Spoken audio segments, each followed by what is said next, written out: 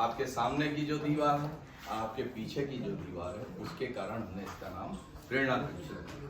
महर्षि दयानंद जी महाराज ने अत्यंत कृपा करके एक पूरे दिन की एक विधि हमको बताई कि ये हमें दिन में 5 कार्य नित्य अवश्य ही करने हैं। वो क्या है, उनको उन्होंने कहा महायज्ञ। क्या कहा? महायज्ञ। महा क्यों कहा? आजकल भी बहुत परिपाटी चल गई है महायज्ञ करने की, ये महायज्ञ, गायत्री महायज्ञ, वो सब ऋषि का पर्पस नहीं था। ऋषि का कहना ये था कि जो कार्य नित्य किए जाए, जिनमें कोई गैप नहीं, संडे मंडे कोई डे, उससे इसका कोई, ये तो प्रतिदिन करने ही करना। सबसे पहला आप देख रहे हैं ब्रह्म यज्ञ। यद्यपि इन पे बहुत लेक्चर्स हो सकते हैं, परंतु मैं केवल उतना बता रहा हूं जितना आम दर्शक को हम बताते हैं। ये ब्रह्म यज्ञ क्या है? आज की डेट में इसको हम सॉर्ट ऑफ मेडिटेशन या इस तरह की चीज कह देते हैं ना, योगा मेडिटेशन। ये भ्रामक शब्द है, इसकी डिटेल में नहीं जाऊंगा क्यों भ्रामक है, परंतु ये ब्रह्म यज्ञ अपने आप में एक संपूर्ण क्रियाकलाप भी है और एक अंतर यात्रा भी है। कैसे? हम शरीर से चलते हैं, स्थूल से सूक्ष्म की तरफ इसी ब्रह्म यज्ञ में जाते हैं। सबसे पहले अपने शरीर का मार्जन करते हैं, एक एक इंद्रियों का मार्जन करते हैं, ये शुद्ध हो और ये पवित्र हो। उसको करते करते फिर हम थोड़ा सूक्ष्म की तरफ जाते हैं, हमारा मन कैसा हो, फिर हम मन तक जाते हैं, मन हमारा निर्मल, मलों से हटकर हो। तो ये प्राणायाम तक आते आगे फिर हम आगे आगे। अब जब मनसा परिक्रमा तक जाते हैं तो हम आत्मा के स्तर पर पहुंचते हैं। हमारी आत्मा में जो राग द्वेष ईर्ष्या भरी हुई है, तो हम 6 बार सुबह बोलते हैं, 6 बार शाम को बोलते हैं, हे ईश्वर, हम जिससे भी द्वेष करते हैं, जो हमसे द्वेष करता है, हम तेरे न्याय के समर्पित करते हैं, हम कुछ अपने पास नहीं रखते। तो प्रतिदिन ये करते करते हम आत्मनिरीक्षण भी करते जाते हैं। आज हमने ये सब कुछ किया है तो आगे नहीं करेंगे। तो ये सारा करते करते जब हम आते हैं, अब आध्यात्मिक लेवल पर जाकर उपासना में जब आते हैं, तो परमात्मा के सानिध्य की तरफ बढ़ते हुए रहते हैं। फिर वहां अपने को पूरा समर्पण हम कर देते हैं। तो व्यक्ति के अपने जीवन में शारीरिक, मानसिक, आत्मिक और आध्यात्मिक उन्नति के लिए ऋषि दयानंद जी कहते हैं न्यून से न्यून 1 घंटा ध्यान अवश्य करें।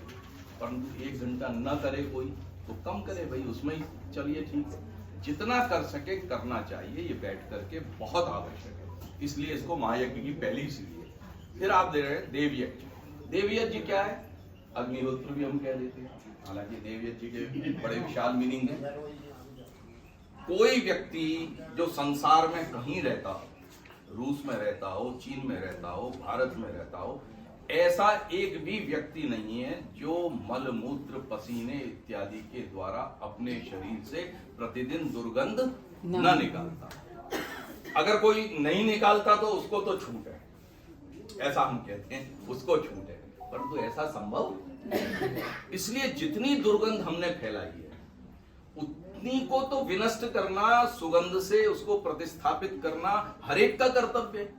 भाई मैंने दुर्गंध फैलाई और मैं सोचूं मेरा पड़ोसी इसको दूर कर देगा सुगंध, ये तो कोई बात नहीं। और फिर क्या होगा? हर आदमी दूसरे पे टाल देगा, तो नतीजा क्या होगा? जो हो रहा है, आपका पर्यावरण इसी प्रकार से प्रदूषित होता रहेगा।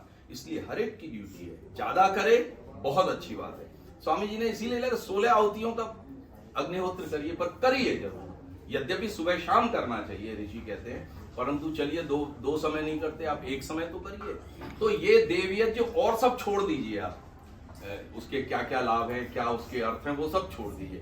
केवल इतना मानिए कि हमने दुर्गंध फैलाई है और 1 किलो फैलाई है, तो 1 किलो ही जो है हमें सुगंधी फैलानी पड़ती है। हम टॉफी खाएं, रैपर उसका फेंक दें, रैपर दूसरा उठाएं, ये मनुष्यता नहीं। इसलिए हर एक को प्रतिदिन बिना किसी नागा के देव यज्ञ का। पितृयज्ञ, अपने माता पिता का रोज श्राद्ध करो, रोज तर्पण करो। भाई बड़ी विचित्र बात है, साल भर में 15 दिन आते हैं जिसमें ये सब किया जाता है, आप कैसे कह रहे हो ये सब बातें?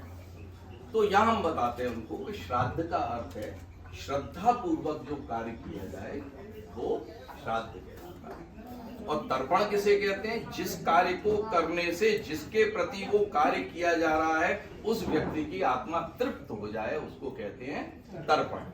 तो ये दोनों काम रोज करने चाहिए या नहीं करने चाहिए?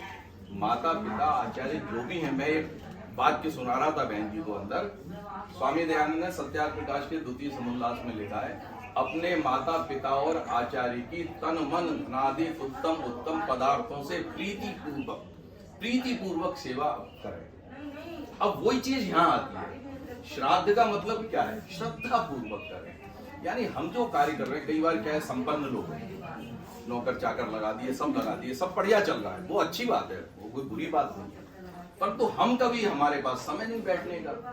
तो कभी मैंने एक लेख भी लिखा था, कैसे हैं पापा, आप कैसे हैं? बस केवल इतना ही तो चाहिए माता पिता को, और क्या चाहिए? आप बाकी सब सेवा करें, बहुत अच्छी बात है, केवल इतना पूछिए आज आपका दिन कैसा गया, बस उनकी आत्मा तृप्त हो जाएगी। और वो जो आपको आशीष देंगे, वो आशीष आपके लिए, वो उसका मुकाबला कोई धन आपका नहीं कर सकता है।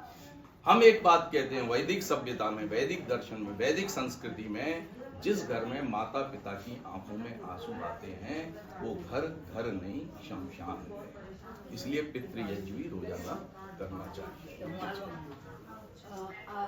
तीसरा है अतिथि यज्ञ।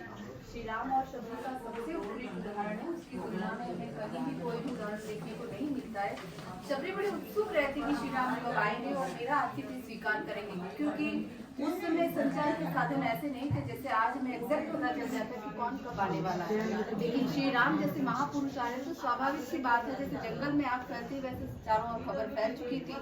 प्रत्येक दिन तैयारियां करती, नहीं आती, लेकिन हताश नहीं होती, दुगने उत्साह के साथ तैयारियां करती। और उस अवसर भी उसके जीवन में आता है जब श्री राम से उसकी भेंट होती तो बड़ी प्रीति पूर्वक चुन चुन के पैर देती है, झूठा नहीं करती। ये सारा टीआरपी बढ़ाने के लिए टेलीविजन वालों ने और बहुत सारे अनार्ष ग्रंथों की वजह से, जो जंगल में रहता है और हम भी कहीं भी खाना पकाते तो हम उसकी महक से ही पता चल जाता है कि क्या टेस्ट है इसका, तो वो चुन चुन के देते और श्री राम भी उसे सम्मान पूर्वक ग्रहण करते हैं। तो आतिथ्य सत्कार ऐसा होना चाहिए कि आपका भाव कैसा है, आपके मन में द्वेष है, कुंठाएं हैं, आप बहुत सा दिखावे के लिए पकवान बना देते हैं, बहुत सारी चीजें कर देते हैं, और आपके मन में द्वेष कुंठाएं, तो क्या आपका आतिथ्य सत्कार सफल होगा? कतई नहीं होगा।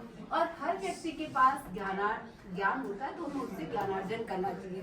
फिर वैष्णव देवी यज्ञ, ये चारों जो मानव स्वयं के लिए करता है, मानवेतर यज्ञ कहा गया है इसे, स्वयं की उन्नति के लिए। ये जो है वैष्णव देवी मानवेतर यज्ञ है, क्योंकि जितना सर्वश्रेष्ठ मनुष्य को बनाया है और किसी जीव को नहीं बनाया है, इसलिए गाय को रोटी, कुत्ते को रोटी, पशु पक्षी को दाना पानी, अगर आप चींटियों को आटा डाल रहे हैं तो वो भी एक किसी का प्रकल्प है, और आप अपने जीवन की एक सही दिशा में जा रहे हैं। और ये पांचों नैमित्तिक कार्य प्रत्येक दिन करना, इसमें कोई अवकाश नहीं, इसीलिए इसे पंच महायज्ञ कहा गया है। बैठ में